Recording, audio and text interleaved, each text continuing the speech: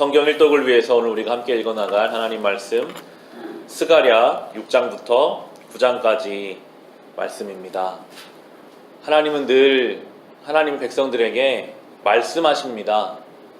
신앙은 하나님 말씀을 잘 듣고 그 말씀을 따라 살아가는 것인데, 오늘도 이 스가랴 말씀에서 하나님은 말씀하고 계시지만 이스라엘 백성은 그 말씀을 제대로 듣지 않고 있었습니다.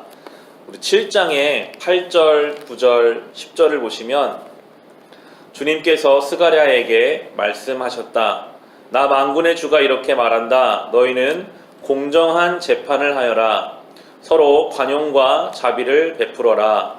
과부와 고아와 나그네와 가난한 사람을 억누르지 말고 동족끼리 해칠 생각을 하지 말아라. 라고 하나님의 뜻을 분명하게 전하고 계십니다.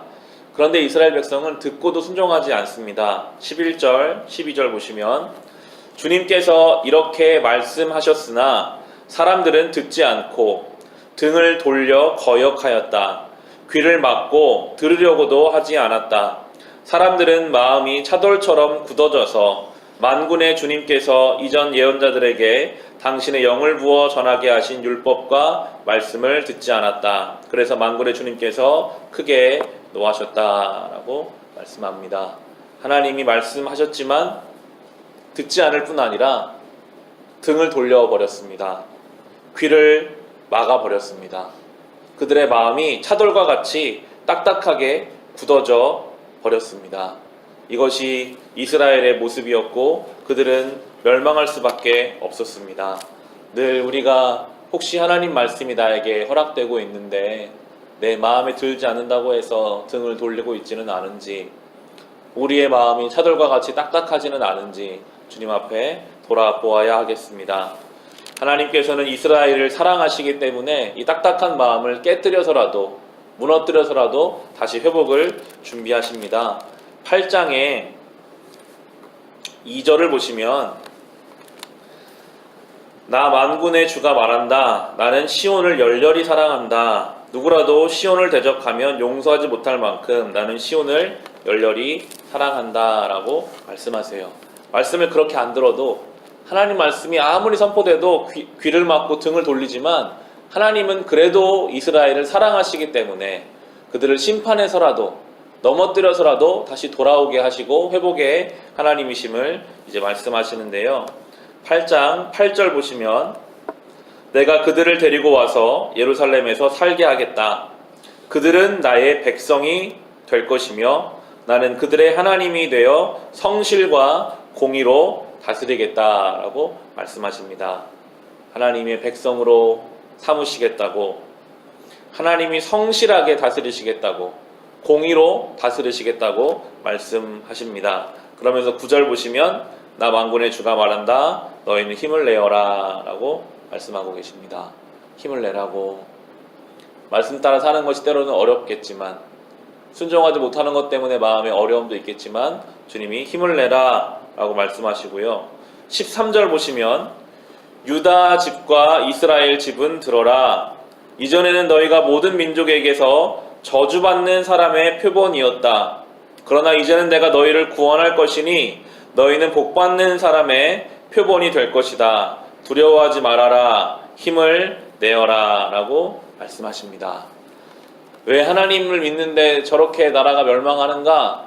저주받는 사람의 표본이었지만 이제 하나님께서는 복받는 사람의 표본으로 삼으시겠다라고 약속해 주고 계십니다.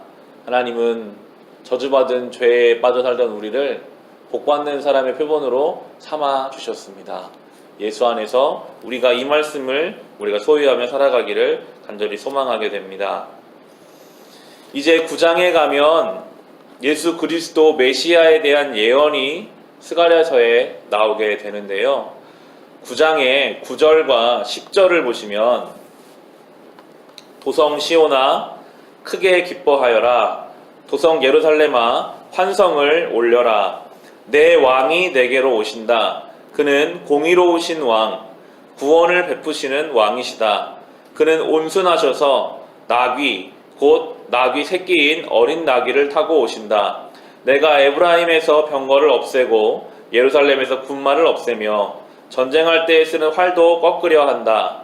그 왕은 이방 민족들에게 평화를 선포할 것이며 그의 다스림이 이 바다에서 저 바다까지 유프라테스 강에서 땅끝까지 이를 것이다 라고 메시아에 대해서 말씀하십니다. 이 어린 나귀를 타고 오시는 메시아에 대한 예언을 예수 그리스도께서 예루살렘에 입성하실 때 어린 나귀를 타고 들어오시면서 성취하셨습니다. 예수님을 설명할 때 평화의 왕, 온순하신 왕, 겸손하신 왕이라고 하십니다. 이 시대의 왕들은요, 행렬을 크게 하고 행차했습니다. 자기의 세력을 나타내기 위해서 화려하게 많은 사람들을 이끌고 행차했고요. 군사를 키웠습니다. 그래서 자기 힘으로 나라를 영토를 넓혀가는 것이 세상의 왕인데 이 땅에 오신 예수 그리스도는 완전히 반대십니다.